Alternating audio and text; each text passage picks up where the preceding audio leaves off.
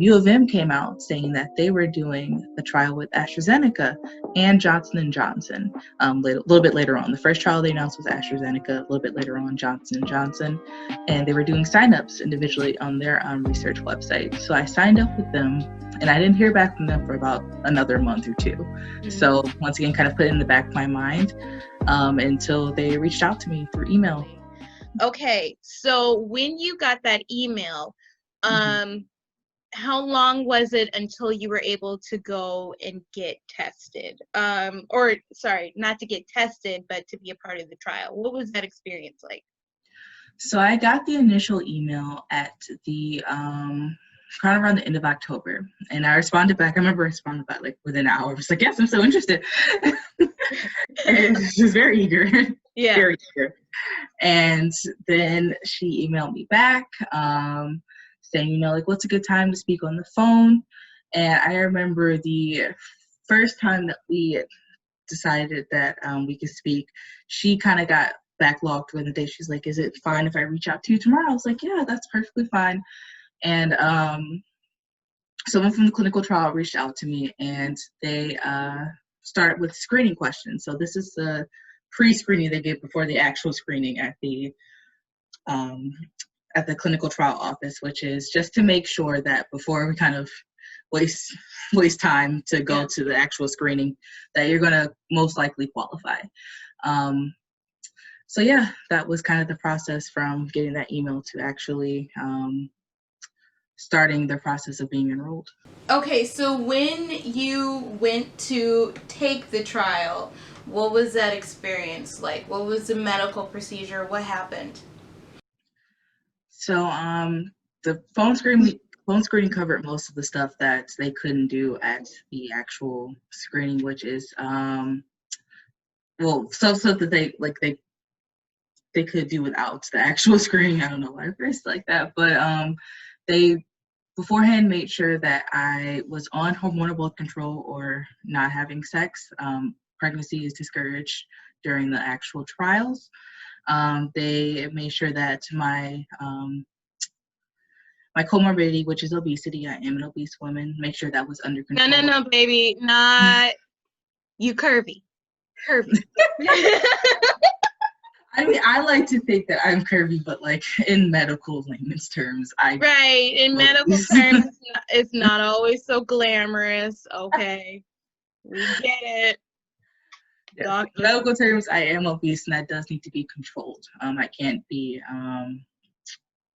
I can't have anything seriously going on. Like, make sure I was not in any surgeries. I can't give blood, and I couldn't have given blood beforehand.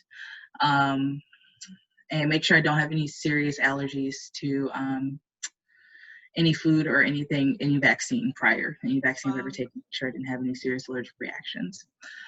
So when I came in, the same questions were asked me just to make sure, because those are very big things.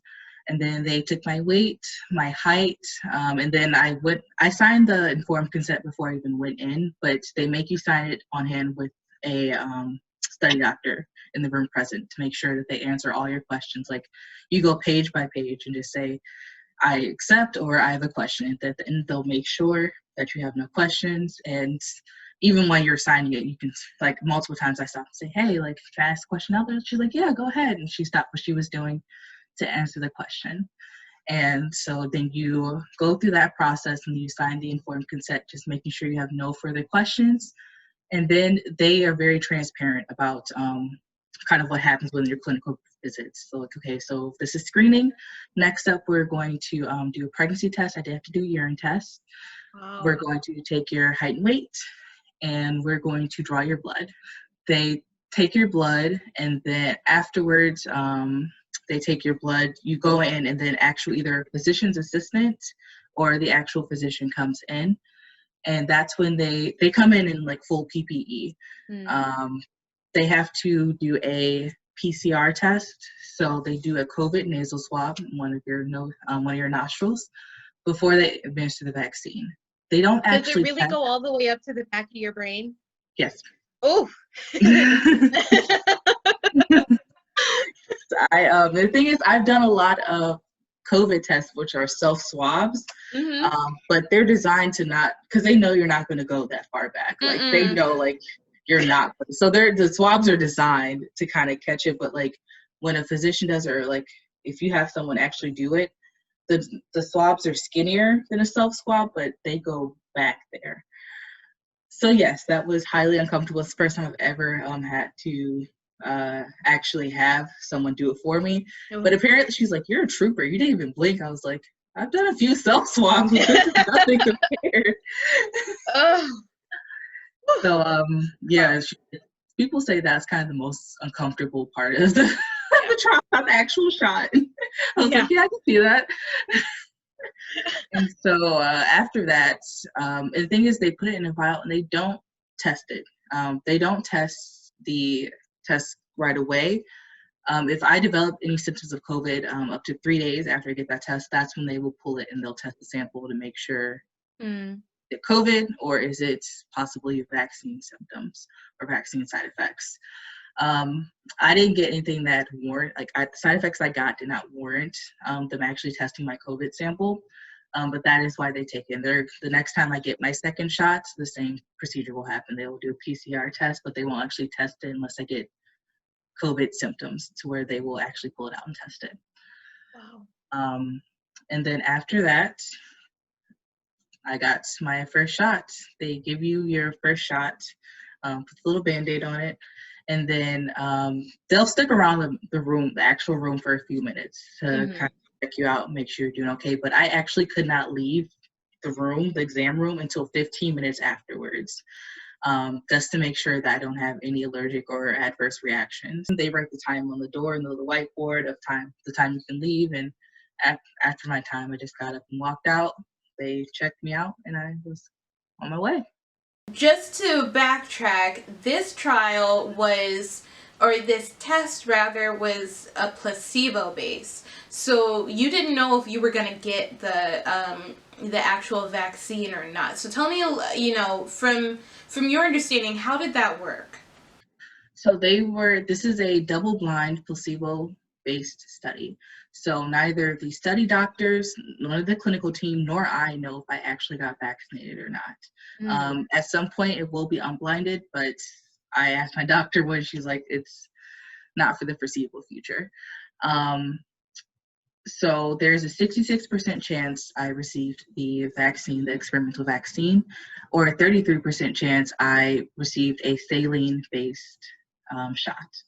So if you felt like you got the placebo, and just like Pfizer is now under emergency authorization, if you want to leave the study to go get the Pfizer vaccine, you could. You can leave the trial at any time without any sort of they'll let you leave. They'll let you leave without any sort of bias or anything.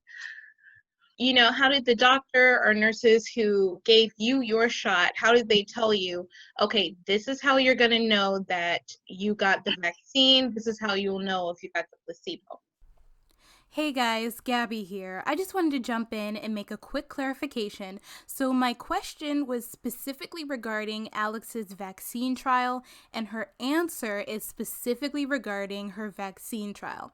So when the vaccine becomes available to the general public, you'll know that you are getting the vaccine. So it won't be a placebo. Just wanted to clarify.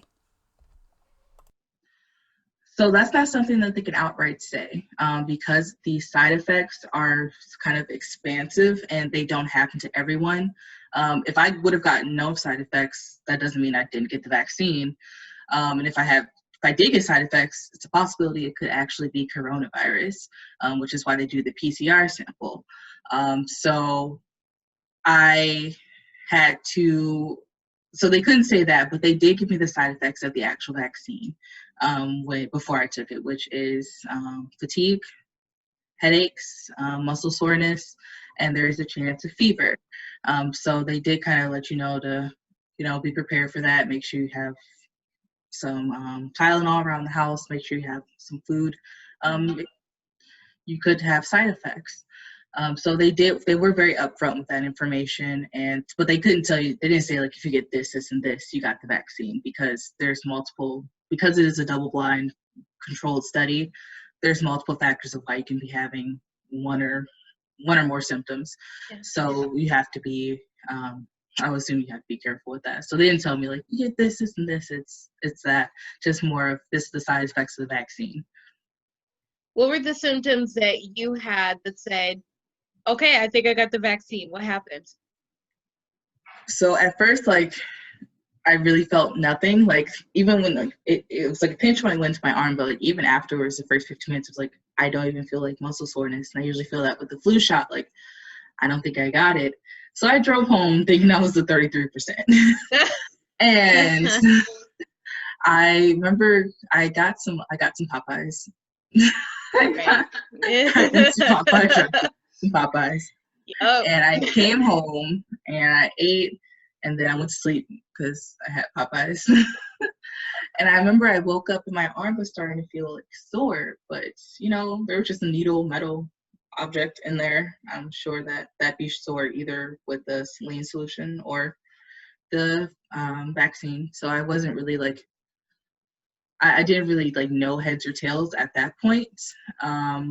But then it started kind of hurting like worse. And like if the area felt hot, like, how like when you, before things start swelling, like the area like feels like kind of like warm to the touch. Yeah.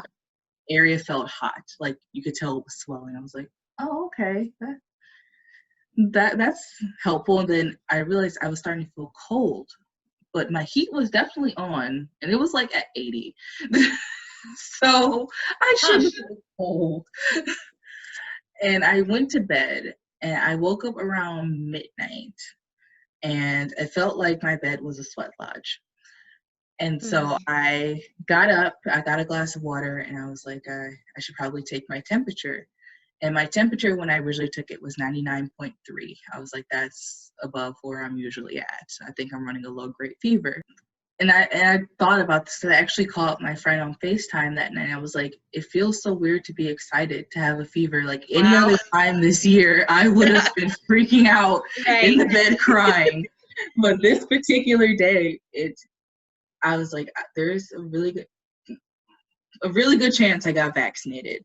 I remember the next day I woke up, wasn't feeling like all that great. So I called off work.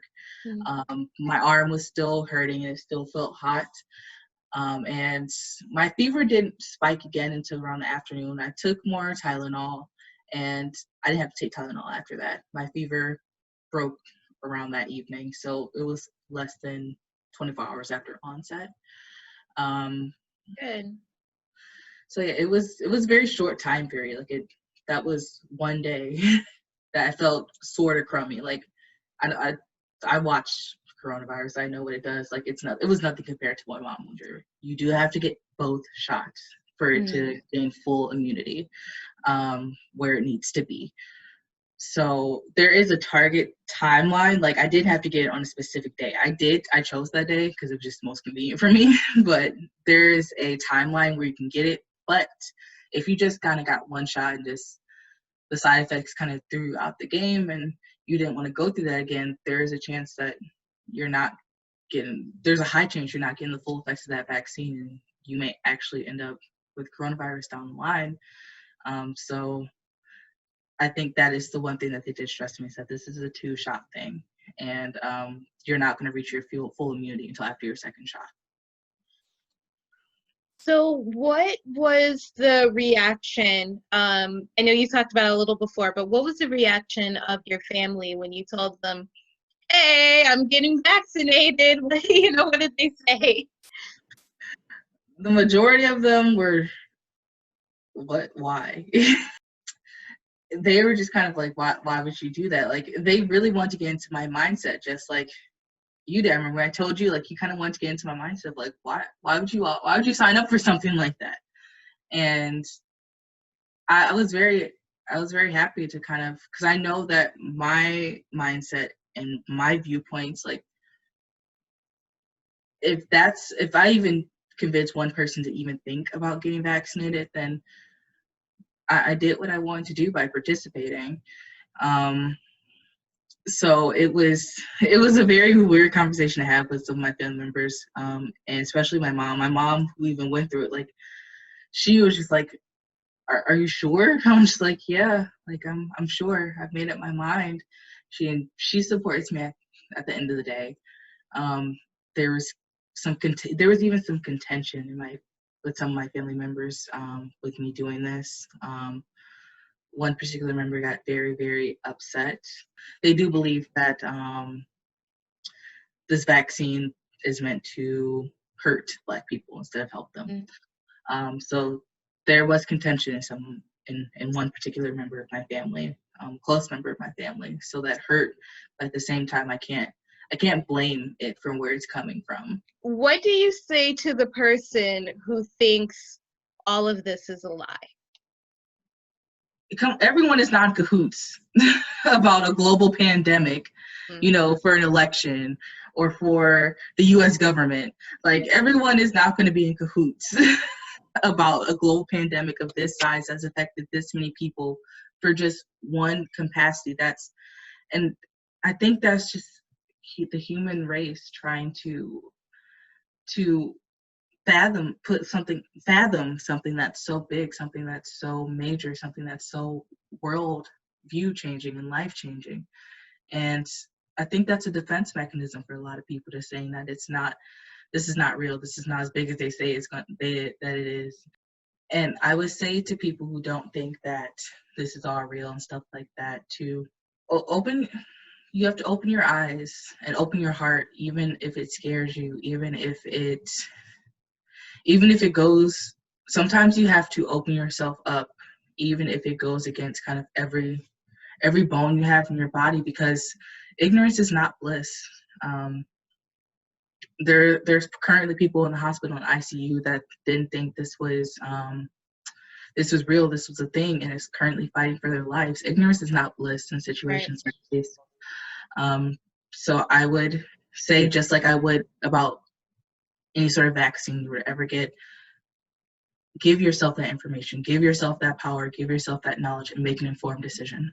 What are you most looking forward to post-COVID? Post-COVID, I want to go to a music festival. Yeah. I was supposed to go to my first music festival this year. I had VIP tickets. It was going to be grand. Obviously, that did not happen.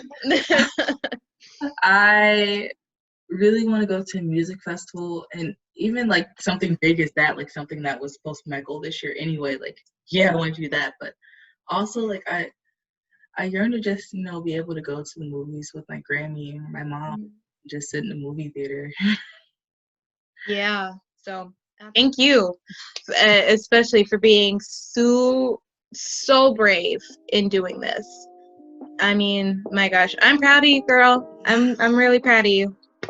Thank you. I'm fairly young. I'm fairly healthy, and I've seen participants in the news that are old and do have other like more serious comorbidities, underlying conditions. That have more serious underlying conditions that if they're willing to step up and raise their sleeve and get this vaccine, why can't I? Like, even my Grammy, who is living in assisted living and has severe underlying conditions with lung and heart problems, I asked her when the emergency authorization came off of Pfizer, I was like, are you going to get it? She's like, the first time they offered it to me. And I think that kind of shows, it shows that we're all looking for the same thing. Like, no matter how you believe we got here, how you believe that this all happened, why this happened, we want it to be over, right? Like, we want things to be able to go back to some sort of normal. There are medical professionals that you absolutely need to listen to. Get all the information you can in addition to listening to this conversation so that you can make a well and informed decision for yourself and for your loved ones. Don't just go on social media and think that whatever you see is factual. It might not be. Make sure to do that research for yourself and ask questions. Also, if there's a medical professional who's watching this right now, please shed some light and information. Maybe I can talk with you one day. I would love to do that just so we can get more information to the people.